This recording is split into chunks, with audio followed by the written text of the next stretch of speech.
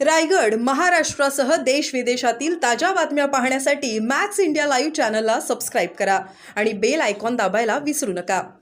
विधेयक आलेलं आहे आपल्या विधानसभेत आता ते मांडलं गेलेलं आहे, पण ते विधानसभेत जर आपण मांडलेलं असलं तरी आपण सगळेजण आज जिल्ह्यात मला वाटतं राज्यात सर्व जिल्ह्यात या विधेयकाच्या विरोधात आज सर्व राज्यात या विधेयकाच्या विरोधात मोर्चे काढलेले आहेत। आजचा हा मोर्चा हा प्रातिनिधिक आहे। आपल्याला हे कायम यांच्या विरोधात उठाव करावा लागेल, त्यावेळेला ते विधेयक रद्द होईल।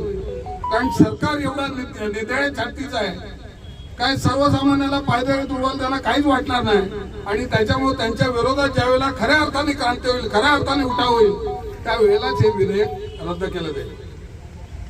आज हे विधेयक आणले त्याच्यात आपल्या सर्वसामान्य माणसाचे हक्क आहेत। म्हणजे आज आमच्या समोर पत्रकार आहेत, तुमच्यावर पण हे विधेयक लादलं जाणार। सरकारच्या विरोधात पूर्णपणे बोलण्याची आपल्याला बंदी येणार आहे याच्यानंतर, आणि त्याच्यामुळे हे विधेयक रद्द झालं पाहिजे।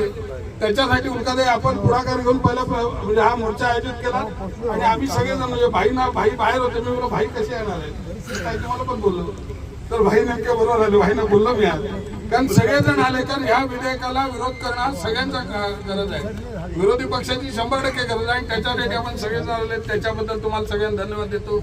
मोठ्या संख्येने लग्नाचा सीझन चालू आहे, प्रचंड उन्हाळा चालू आहे आणि त्या एवढं हे सगळं असताना पण सगळ्या मोठ्या संख्येने जे जनसामान्य सगळे कार्यकर्ते आणि सगळी जी मंडळी आली त्यांना सगळ्यांना धन्यवाद देतो आणि इथंच थांबतो। जय हिंद, जय महाराष्ट्र।